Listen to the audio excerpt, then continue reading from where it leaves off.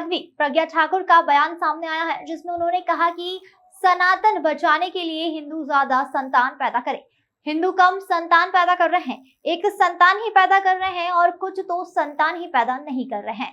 वहीं अनाथालय से बच्चे ले रहे हैं। साथ ही और क्या कुछ उन्होंने कहा, आइए सुनते हैं। Bureau report. ऐसा है, देश में जब अधर्म बढ़ता है, देशद्रोह बढ़ता है, तो उसके कई कारण होते हैं।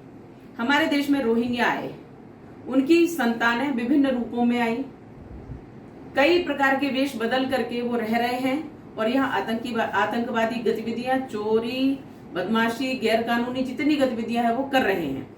वो कभी उनकी संतानें कभी देशभक्त नहीं हो सकती, ये गारंटी है। बांग्लादेशियों की संतानें कभी देशभक्त नहीं हो सकती, ये गारंटी है। अब इनकी संतानों को बढ़ाने के लिए तो कोई नहीं कह सकता। सनातन की संतानें, सनातनी हिंदुओं की संतानों को मुस्लिम बरगलाकर, मतांतरण करवाकर ले जा रहे हैं। हिंदू कम संतान पैदा कर रहा है, एक संतान पैदा कर रहा है, नहीं तो नहीं कर रहा है, वो वहां से लेता है, अनाथाश्रमों से लेकर के, और अपने को माता पिता कहलाने का सौभाग्य प्राप्त कर रहा है। मैं इसका विरोध करती हूँ। खुद की संतानें भी अगर 2 होती हैं तो अच्छी हैं। हाँ, तो मैं कहती हूँ कि अगर देशभक्त लोग हैं तो अपने देशभक्तों की संतानों को अपनी संख्या में लाना चाहिए और देश को बचाना चाहिए। नहीं तो विधर्मी हमें समाप्त करने पर तुले हैं और ये हमें बर्दाश्त नहीं है। इसके लिए जो भी करना चाहिए वो सनातनियों को करना ही चाहिए। आप कोई कदम उठा रहे हैं, इसलिए आपने कुछ पाँच बच्चे पैदा करने की बातें साधु लोग बोलते हैं। अवसर जैसा आएगा हम बिल्कुल वैसा ही करेंगे। क्या कार्रवाई होना चाहिए? अवैध मदरसों को तत्काल बंद करना चाहिए और उस भूमि को खाली करवा करके लोगों के विकास में लगाना ही चाहिए।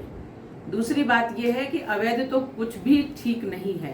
अवैध यानी गैर कानूनी, और गैर कानूनी करने का प्रयास किसी को नहीं करना चाहिए और शासन को करना चाहिए कि वो जो अवैध चल रहे हैं उनकी खोज करके, जांच करके उनको समाप्त करें।